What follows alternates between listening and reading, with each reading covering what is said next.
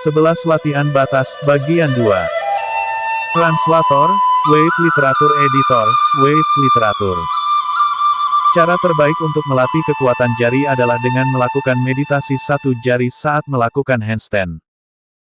Tetapi kekuatan jarimu masih terlalu lemah untuk melakukan itu, jadi untuk pertama kali, kamu akan melakukan latihan berdasarkan metode yang dilakukan tapak pasir besi. Ini adalah sarung tangan Heavenly Silk.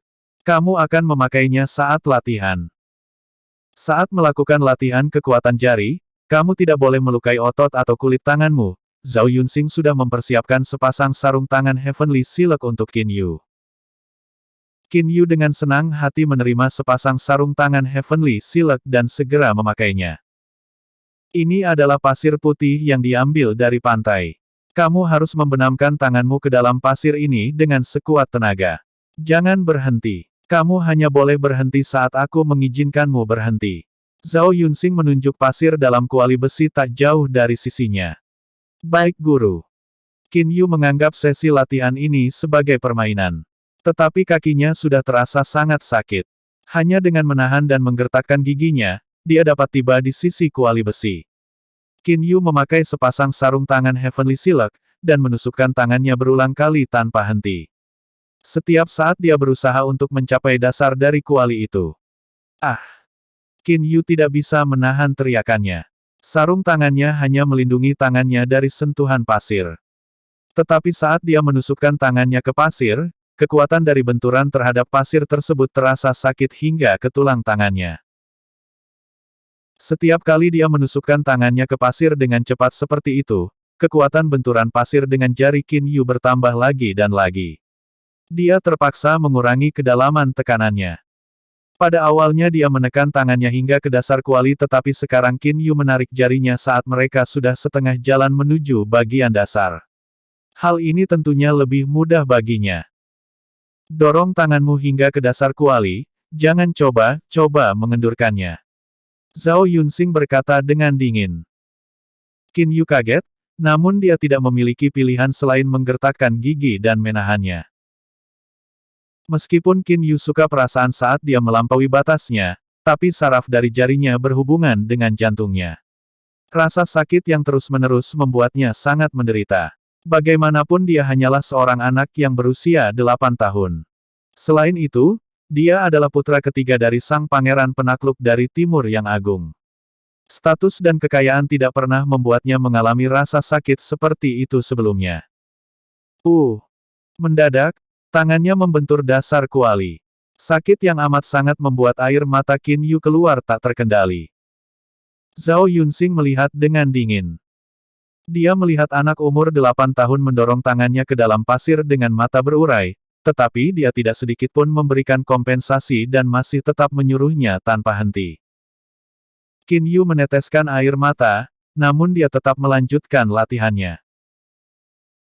Setelah latihan terus-menerus setiap hari selama setengah tahun, ditambah dengan nafsu makan yang naik hingga 2 kalinya, tubuh Qin Yu jauh lebih kuat daripada sebelumnya.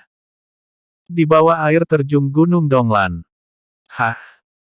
Dengan tendangannya, Zhao Yunxing melempar beberapa batu-batu besar ke bawah air terjun. Akibat batu-batu tersebut, di bawah air terjun terbentuk area yang memungkinkan orang dapat berdiri di bawah air terjun. Ketika air terjun jatuh dari atas ke bawah dan menghantam batu di bawahnya, terbentuk cipratan air yang menyebar ke segala arah. Zhao Yunxing menunjuk ke arah batu biru dan berkata, kakimu harus sekuat gunung dan bergerak seperti petir. Ini bukan air terjun yang besar.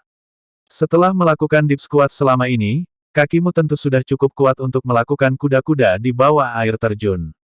Sekarang berdiri di bawahnya dan kamu harus melakukan kuda-kuda.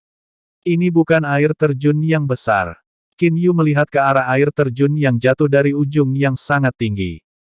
Dengan momentum sebesar itu, air tersebut dapat menghancurkan batu, membuat gemuruh yang terdengar hingga ke langit. Jika air terjun seperti ini bukan termasuk yang besar, lalu air terjun yang besar itu yang bagaimana? Setelah melakukan deep squat selama setengah tahun, otot kaki Qin Yu sekarang jauh lebih kuat daripada sebelumnya. Baik, Qin Yu segera bergerak ke arah air terjun pelan-pelan dan berdiri di ujung pinggiran batu biru. Karena air terjun yang jatuh ke bawah, tekanan air terjun di pinggiran batu tidak terlalu besar, Qin Yu mengambil kuda-kuda di tepi batu biru dan dapat menahan tekanan air dengan lumayan mudah. Berdiri di tengah air terjun, kata Zhao Yunxing dengan jelas. Qin Yu tidak memiliki pilihan lain selain bergerak pelan-pelan menuju tengah batu. Semakin dekat ke arah tengah, semakin kuat momentum yang terasa. Qin Yu merasa tubuhnya mulai goyah tetapi dia harus sampai ke tengah. Ini buruk. Qin Yu merasa tubuhnya bergetar. Dia merasa dia tidak sanggup lagi menahannya. Seketika, ia terlempar ke arah danau. Lanjutkan, sahut Zhao Yunxing dengan cuek. Sore harinya Qin Yu berbaring di pemandian mata air panas. Dia memejamkan matanya dengan santai. Setiap hari, saat berada di dalam pemandian mata air panas, adalah saat di mana dia merasa dirinya paling santai. Dia tidak pernah merasakan perasaan seperti ini sebelumnya. Tetapi sekarang, setelah dia melatih batasnya setiap hari, saat dia masuk ke dalam pemandian mata air panas, seluruh rasa sakit yang ada di badannya berangsur-angsur memudar, dan dia merasa sangat nyaman. Xiao Hei tumbuh sedikit selama setengah tahun ini. Beberapa helai bulu emas mulai muncul di ujung kepalanya. Bagian lain dari tubuhnya masih diselimuti oleh warna hitam. Xiao Hei tumbuh lebih lambat dari elang biasanya. Saat ini Xiao Hei sedang bertengger pada batu di samping pemandian mata air panas. Qin Yu terlelap, dia tertidur di dalam pemandian mata air panas. Setiap hari dia berlatih sebelum hari dimulai kemudian berendam di dalam pemandian mata air panas selama 6 jam di sore harinya. Dia secara khusus meletakkan kursi santai di dalam pemandian mata air panas sehingga dia bisa tidur sambil berendam di dalam pemandian mata air panas. Setelah tengah malam, dia meminta tabib Weng Xiang untuk memijatnya dan menggosokkan ramuan kesehatan untuk dirinya. Kemudian Qin Yu membaca buku. Bisa dikatakan Qin Yu tidak menyia-nyiakan waktunya sedikitpun. Dua bayangan tiba-tiba muncul di sebelah pemandian mata air panas. Mereka tidak lain tidak bukan adalah Lian Yan dan Zhao Yunxing. Kedua orang tersebut sedang memandang Qin Yu yang sudah tertidur pulas. Xiao Yu bahkan belum berumur 9 tahun. Dia masih anak-anak. Lian Yan berkata sambil melihat air liur yang berkilau keluar dari mulut Qin Yu dan wajah kecilnya yang masih imut. Lian Yan merasa sangat kasihan padanya. Setelah membesarkan Qin Yu sejak dia masih sangat kecil, Lian Yan benar-benar menganggap Qin Yu sebagai cucunya sendiri. Zhao Yunxing tersenyum samar, senyum yang langka, melihat ke arah Qin Yu mengangguk dan berkata, Xiao Yu adalah anak yang kuat. Latihan yang aku berikan kepadanya benar-benar mendorongnya sampai pada batas sejatinya. Saat dia melampaui batasnya, tubuhnya akan berada pada titik terlemah. Aku tidak mengira bahwa dia akan bertahan waktu itu. Pada saat ayahnya memintaku untuk melatih pasukan, aku melatih batas fisik dari 100.000 tentara. Tetapi hanya 1.000 dari mereka yang dapat bertahan selama setahun dan secara penuh mencapai tingkat puncak dari tentara reguler. Saat Zhao Yunxing sedang bertugas melatih tentara, sebagian besar tentara merupakan tentara biasa. Tidak seperti Qin Yu, mereka tidak mendapatkan makanan sehat, berendam di dalam pemandian mata air panas, dan memiliki ahli pijat kesehatan profesional untuk mengurangi sakitnya, dan lain-lain. Namun, mereka semua sudah dewasa, sementara Qin Yu hanya anak-anak. Hal ini merupakan perbedaan besar yang membuat Zhao Yunxing merasa terkejut sekaligus puas. Melihat bagaimana Qin Yu tidur, Lian Yan dan Zhao Yunxing pergi dengan senyuman, meninggalkan Qin Yu yang sedang tertidur di belakang, yang benar-benar tidak tahu bahwa baru saja dia kedatangan tamu. Dia tidur dengan mata sedikit terbuka, mulut kecilnya memperlihatkan senyum bahagia yang manis. Dari ujung mulutnya menetes liur yang berkilau. Mungkin, dalam mimpinya, dia bertemu ayahnya. Ayahnya yang sudah 2 tahun belakangan, hanya sekali mengunjungi Qin Yu.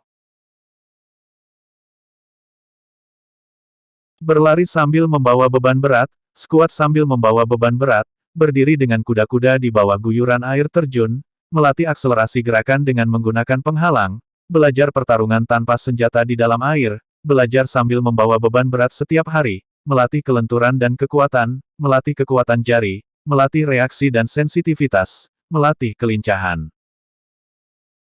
Itu adalah berbagai macam variasi metode latihan yang Zhao Yunxing lakukan untuk melatih Qin Yu berdasarkan aturan tertentu yang secara terus-menerus. Di bawah bimbingan Zhao Yunxing, Qin Yu terus melampaui batas fisiknya. Kemampuan tubuhnya juga berkembang dengan sangat cepat.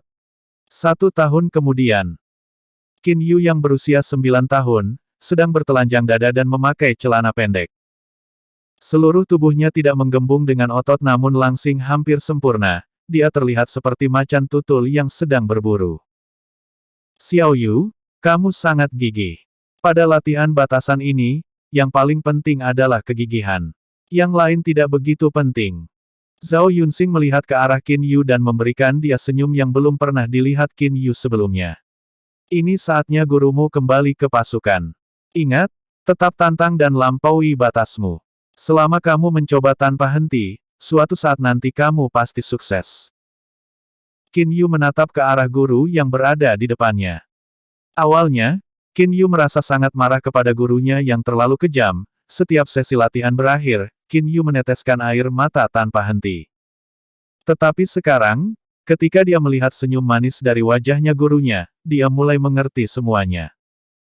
Guru, aku tidak akan mengecewakanmu, kata Qin Yu dengan tegas sambil memandang Zhao Yunxing. Zhao Yunxing tersenyum dan mengangguk. Dia lalu berbalik dan secepatnya melangkah meninggalkan Villa Misty. Mengikuti raungan Fierce Tiger, mata Qin Yu menyipit merah. Dia tahu mulai sekarang, dia harus berlatih sendirian.